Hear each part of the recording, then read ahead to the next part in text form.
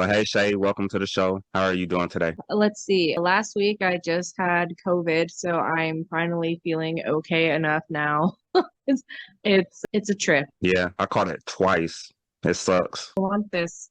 I don't need this. Yeah, so I guess I want to start off by asking where were you born and raised? So I lived near Washington, D.C. most of my life. So I grew up really close to the capital. How was I it grew up growing in up in a Washington, D.C.? like close to it. So I got to do the experience of like going to all the museums, getting like an education. Because I think when I was in elementary school, I think it was like what the Bush administration. So we had that whole no child left behind bullshit. Yeah. You get the basic concept. We'll just pass you along here. How did I get started? So I know originally when I had piqued my interest this once, I turned 18 and I was like, oh man, I'm old enough now to make a photo set for Suicide Girls, not knowing how much actual work you'd actually need to get into a whole portfolio for them, but started just from there. So I started modeling at 18. I think I did my first nude photo shoot in like 2008, 2009.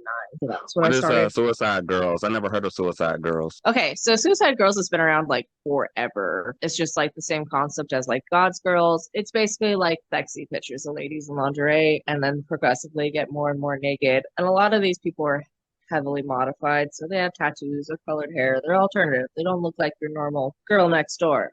Now, mind you, I still read Playboy, but was like, you know what? I know there's something for somebody that looks like me. So it was a lot of lingerie shoot, basically. I did lingerie, I did pinup, I did fine art nude studies. I even had one photo shoot where I did some Shea work, and it's ridiculous because my foot was literally like at an angle from my body, and like my toes were turning purple. So how was it for your first shoot?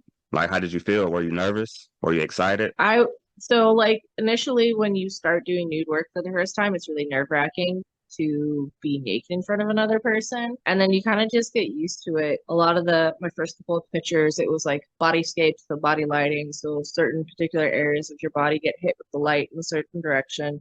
And you're doing what a bodyscape basically is showing shadows and light over a human figure. A lot of people on the set, like during the shoots, or is it just a few people that's there? No, in my time that I've been modeling, there's not many people there unless it is a group event and there's just like half naked women running around, like half dressed because they're trying to sit and go run up the stairs. This happened a lot in what was that one? Baltimore, Maryland. There's this warehouse. They have meetings like once a month of photographers, models, all of them. They'll all go to this warehouse and meet up once a month. Okay. Have you ever had any crazy situations take place on the set during a photo shoot? No, other than like not realizing my kitty was hanging out and it was not supposed to be in the picture. And I was like, oh, somebody came over and just corrected that real quick, just pulled my dress over. I was like, got it.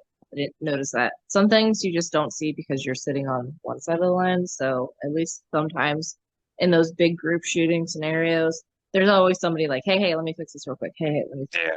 So what did you do after Suicide Girls, like after the lingerie shoots? What did you transition into? After doing that, I've been doing that for a while, so I would find different genres for photography and modeling to sit, and obviously still holding a regular job. So I've, been a freaking cashier at Walgreens, just trying to pursue my career. I've even been a commercial truck driver, a school Oh bus yeah. driver. So you're not just limited to, everyone thinks like, oh yeah, doing sex work, like you make good money. I'm like, yeah, maybe if you're a fin dom, you make good money, but even that takes time. So once you start getting into like webcamming, which is what I've been going back into since I don't know, the last couple of months, since I haven't been able to get more steady work outside of the home. This is more kind of steady work in the home, but you're basically sitting on the computer all day. Oh yeah. Are you just waiting for requests, basically? Basically, I guess. So it's basically almost it's to the extent of a doing a live stream, but you can do adult things. So you're not at the limitation of like, oh, I can't be doing this on camera because of whatever's going on with your live stream. No, you get a person to sit and take you to a private session, which you can also sit and have piggybacking off of that other people coming into that session and paying extra per minute to come in and watch that session. Okay. So So all you'll have, most go ahead. go ahead. No, you go ahead. Most most cam work is for cam models. It's per minute. So like Chatterbait is like token based. I am live is per minute and models only make a percentage of the per minute price.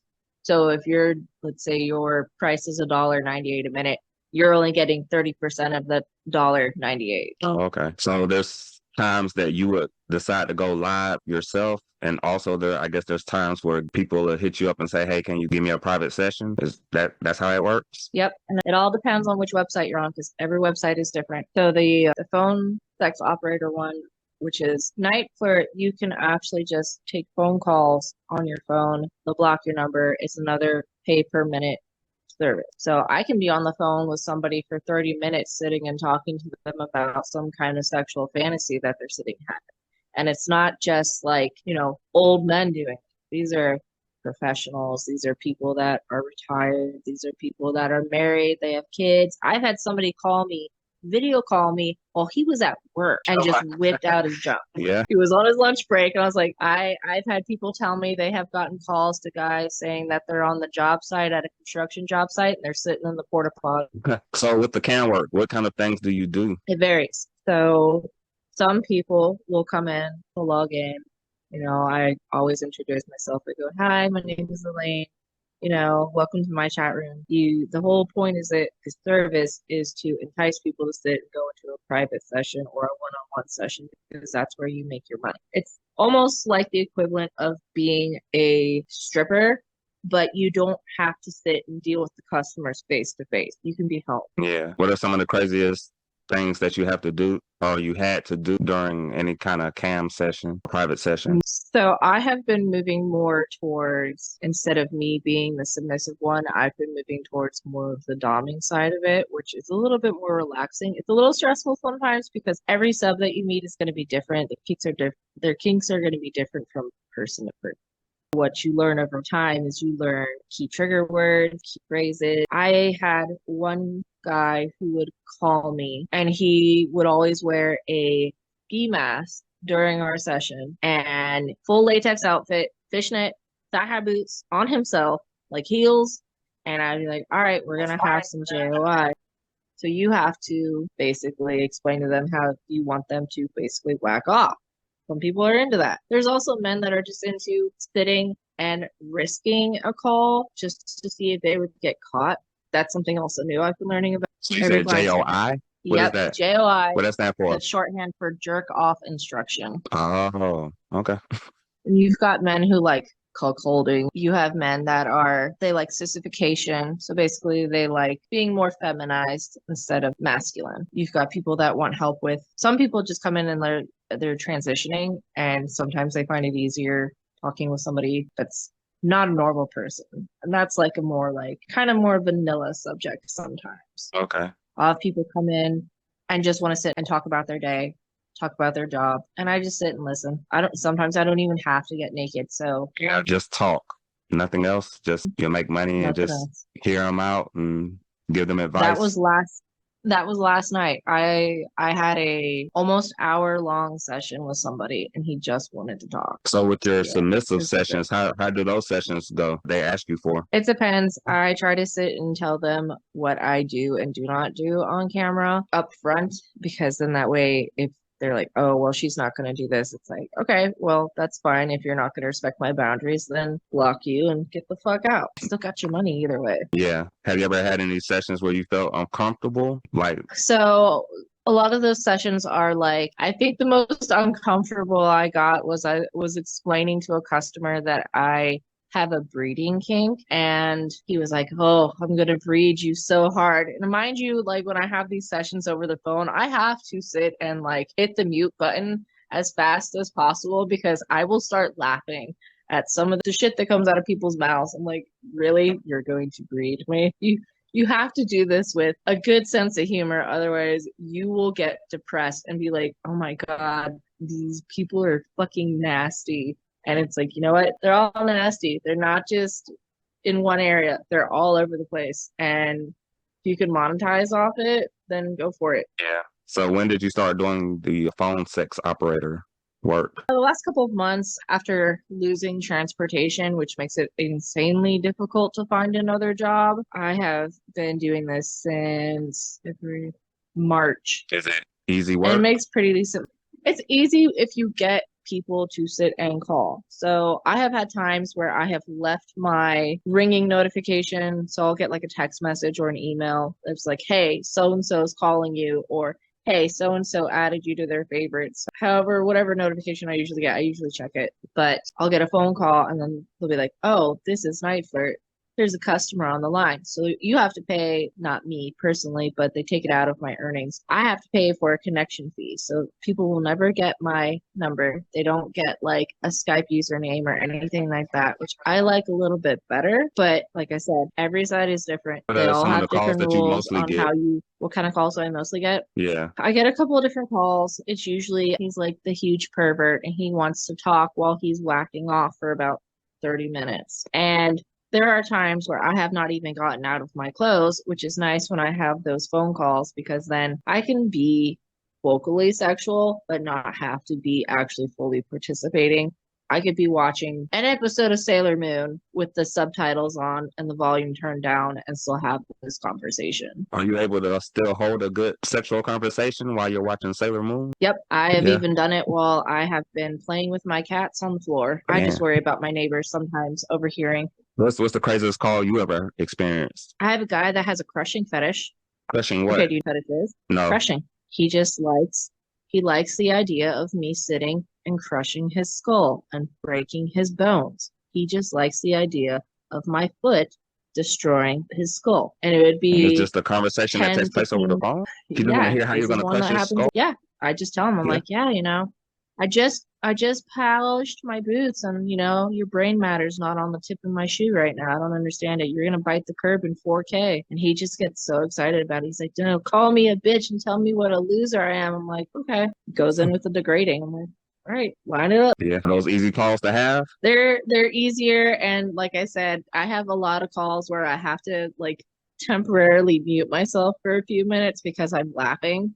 I still get like that childish, like, oh my God, I can't believe this is what this person wants right now. How do I play this right now? Calm down, Shay, stop laughing. So what's the funniest call you ever had? Somebody asked me if I could do, recently, it was a balloon fetish guy, and that's usually like you sit and you bounce on a balloon until it pops under your ass. I don't know why they get off on that. I guess it's the squeaking or the sensation of sweaty skin touching latex. It's the only two things I can think of. Do that naked? Or like, Naked or partially naked. It makes me think of this one episode. I can't remember what TV show it was, but the daughter got paid basically to sit on a cake. Wish I could remember which TV show it was. I'll probably remember later. Just because she wanted her so little Vespa scooter. so you're considering dancing now? Yeah, no, there wasn't. Now, coming from like Virginia, there's only one strip club, just one. You go to West Virginia, there's a couple scattered. Go to Maryland, there's a couple. You go to Washington, D.C., there's definitely a few, but they're right by the police station, which I always think is ironic. And Yeah. then I went to Oregon, and like there's a shit ton here. So I'm like, man, you just have to pick one and get in with the right group of people, and you're fine. Plus, it's really good for your upper body and your core strength, and I'm all about that. Yeah. So are you really, really considering doing that soon? I have to get a little bit more practice first. I'm a little bit too stiff. I got to get my flexibility up a little bit, and then I have to also get some of the upper body strength. For me, I prefer doing floor work with a combination of pull work. So that's what I've been working on. Okay. So are you hitting the gym and stuff like that, or what? Or you just got a Every pole day. somewhere that you practice with? I don't know. I wish I could have a pull here, but I have that textured fucking stupid ceiling. So it would just take all of that off. As soon as I took the pole off, it'd be gone. No one wants to retexture a popcorn ceiling. Do you enjoy doing any of the work that you do, like with the phone sex There, operator stuff and the cam work, or is it more just so to get a paycheck? It depends. I have my favorites that will sit and call, and I have my couple of favorites that will come and they'll be like, let me take you away from this. And like, right, I haven't heard this before. Like they'll try to scam you like let me just get this for free. Like, give me your Snap. I've had to remove Snapchat because I got so tired of dealing with it. Yeah. So they would just ask for a private photo on Snapchat? Ask for private photos. Like, you can actually even sell your chat, Instagram, Twitter, Twitch, Discord. You can sell your usernames and access to those accounts on certain sites. But then you got to stay on it, because if somebody doesn't pay their subscription fee, then they're still sitting there and you're posting this content and they're getting it for free. I just had this discussion with somebody else on Threads this morning, or I guess the other day. It was, somebody will sit and complain about having to pay for the price of your nudes or your photos or whatever, your content, but then they'll come back and like later, like dick for free. The newest thing that I'm gonna try and implement, I think next week, the unsolicited dick pics that you get on your social medias. I'm just gonna start putting it up on my wish list on my Twitter, and they have to pay me to take it down. Yeah, that'd be good to try to see how that works out. Yep. Try it out, see how it works out. She says it works amazing, Yeah. so I figured I was gonna try it. Yeah, that's funny. Well, we're coming up close towards the end of our interview, so I do have a final question that I would like to ask you. So, for our listeners, from your perspective, what turns women on sexually and romantically? Depends on the woman. Me personally, I I agree. used to actually have like really rough base sex, but I think that was more working towards a lot of different traumas. And now that I'm getting into the state of being not the submissive in the relationship, but being the dominant one in the relationship, it kind of changes the dynamic in the bedroom for me. So because I have a great partner, so love him. He actually is the opposite of what I've had in the bedroom for years. So it's nice to be like, oh my God, this is actually like what consensual like sex with a person is supposed to be, and not feel like you're gonna choke me to death and I'm gonna die here in the bedroom. What's different with him that makes you feel more excited about it? Well, for one, he's got a bunch of tattoos and he's already got these goofy ears. And the fact that he takes the time to sit and make sure that I get off before he gets off. Sometimes I wish there was a little bit more oral, but I can't complain. Yeah, I think that's where a lot of men mess up at. They don't make sure that the woman get off first. Did you know that it takes at least 45 minutes, 20 to 45 minutes actually to get a woman fully aroused before you actually start having sex? Yeah, it takes time. Yeah, everyone's like, no, you can just like jump right in. I'm like, yeah, sure. Just throw that hot dog, like raw dog, down a dry ass bun hallway. See how far that gets you. You're gonna make her in pain and you're gonna be in pain, and then you're both gonna be chafed and ain't nobody gonna be happy. Yeah. All right. Take care. You too.